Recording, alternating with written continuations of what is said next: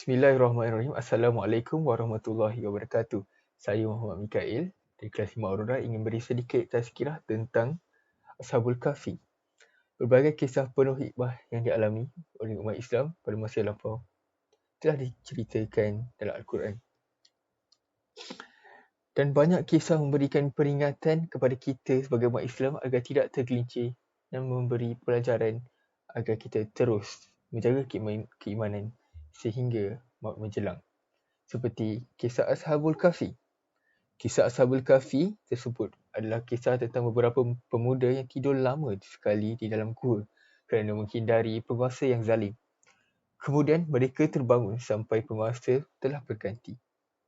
Kisah Ashabul Kahfi terdapat dalam Al-Quran Surah Al-Kahfi dari ayat 9 sehingga ke ayat 26. Turunnya ayat tersebut kerana adalah saat Rasulullah SAW ditanya oleh beberapa orang Yahudi. Yahudi tersebut menanyakan tentang kenabian Rasulullah SAW. Adakah benar atau tidak turunnya wahyu kepadanya? Sehingga mereka, Yahudi bertanya kepada Nabi untuk menceritakan tentang 7 pemuda yang mengasingkan diri demi mempertahankan keimanan dan keyakinan kepada Allah SWT. Jika Nabi benar dalam menceritakan, maka orang Yahudi tersebut akan mengikuti ajaran Rasulullah SAW untuk menjadi Islam. Surah Al-Kahfi ayat 13. Nahnu naqussu 'alaika naba'ahum bil haqq. Innahum fityatun amanu bi rabbihim wa zidnahum huda. Kami menceritakan kepadamu wahai Muhammad perihal mereka dengan benar. Sesungguhnya mereka itu orang-orang muda yang beriman kepada Tuhan mereka dan kami tambahi mereka dengan hidayah dan petunjuk. Setelah itu, Rasulullah SAW berdoa kepada Allah SWT dan Allah menjawabnya dengan wahyu tentang kisah Ashabul Kahfi pada surah Al-Kahfi. Kisah tersebut bermula apabila seorang raja yang bernama Diyadus yang zalim, dia memaksa rakyatnya agar menyembah berhala. Ketika itu muncullah 7 orang pemuda yang enggan menuruti kehendak sang raja. Lalu mereka membuat cara ibadat sendiri dengan menyembah hanya kepada Allah SWT yang Maha Esa.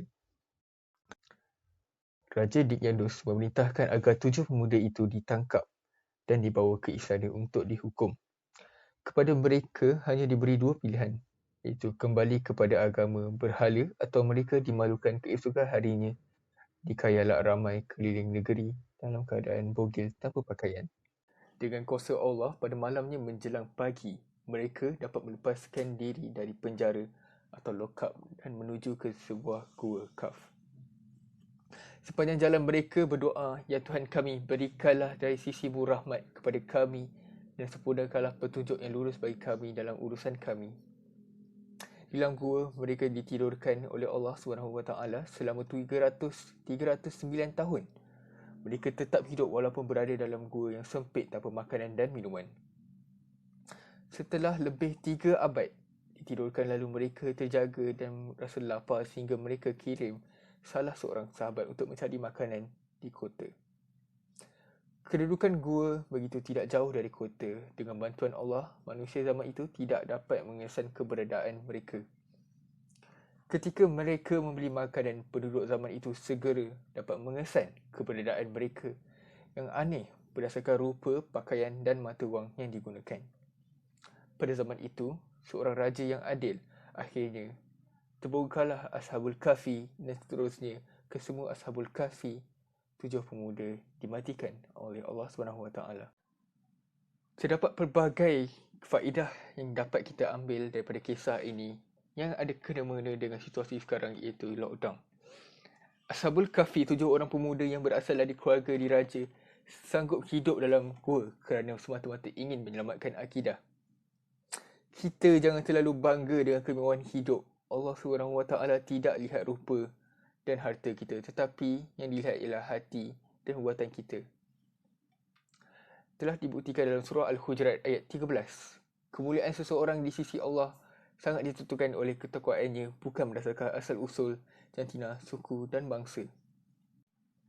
Yang kedua, mereka sanggup tinggalkan kemewahan hidup di istana lalu memilih hidup susah dalam gua yang sempit, tidur atas tanah tanpa makanan kerana pegangan agama.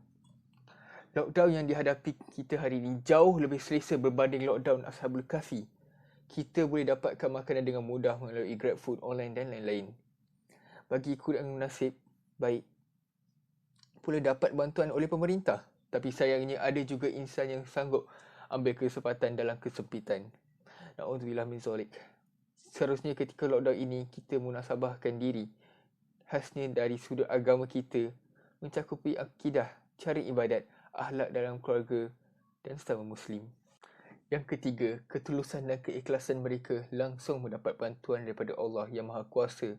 Berkat dan doa memohon diberikan rahmatnya sebelum masuk ke gua.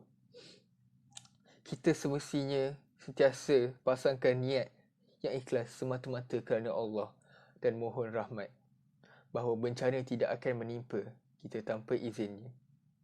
Murnikan akidah dan bantulah agama Allah dalam berbentuk apapun yang kita termampu. Nescaya pasti Allah akan bantu dan teguhkan pendirian kita. Itu sahaja daripada saya. Yang baik datang daripada Allah, yang buruk datang daripada saya. Semoga kita semua mendapat keberkatan. Sekian, wabillahi taufiq wal hidayah. Wassalamualaikum warahmatullahi wabarakatuh.